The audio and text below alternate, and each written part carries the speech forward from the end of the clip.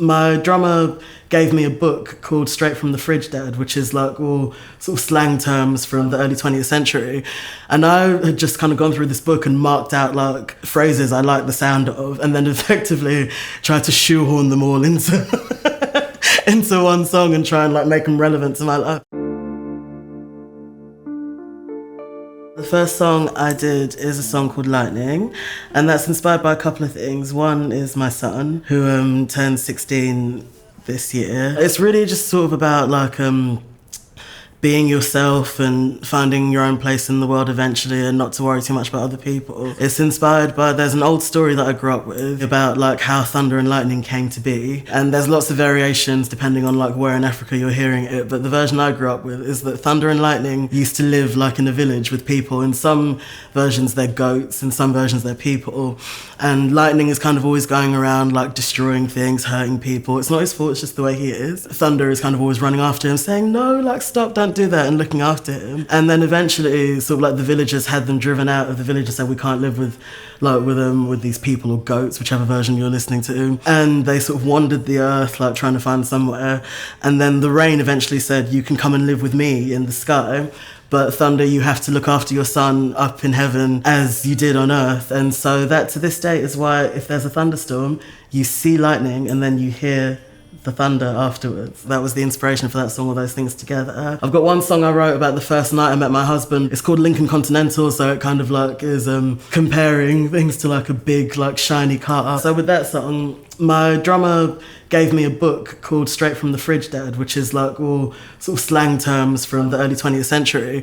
And I had just kind of gone through this book and marked out like phrases I liked the sound of, and then effectively tried to shoehorn them all into one song and try and like make them relevant to my life. But my inspiration comes from all over things that have happened to me, things that catch my attention. Sometimes I have like a phrase or like a melody or something just going in my head for ages, and then eventually I'll like put it together with some music, and there we go. So it's stuff that I hear, that I've lived through, that comes to me.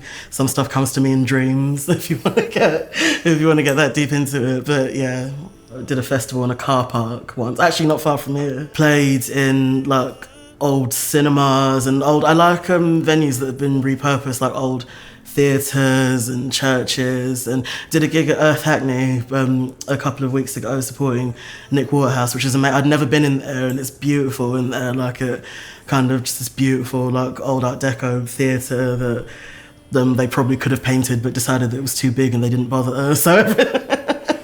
So everything is still kind of like, it looks like it could be falling down, but the sound is incredible. And the 100 Club as well always feels a bit special. I've been lucky enough to play there a few times.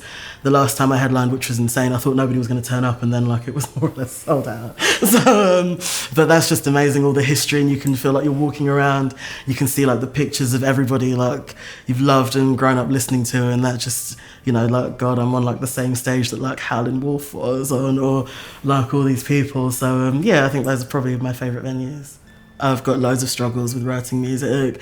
Most of the struggles are probably myself, like in my own head, but I don't know, man. I take things to heart a lot, and you know, I'm one of those people who, like, let's say I do a show and like 10 people say that was amazing, and then like one person's like, oh, it was right, or you could have done this or that, and then I'll just focus on that for like years. If I feel like enough to let you in on like a demo, and then like the reaction isn't, I won't say what I want or what, because I never really expect or want anything, but if, you know, I can feel that you didn't feel, it's like, oh man, like why? But it's overcoming that as well, just keeping going really when you feel terrible, like that you're not very good at something. Yeah, like those are probably my biggest struggles when it comes to writing music.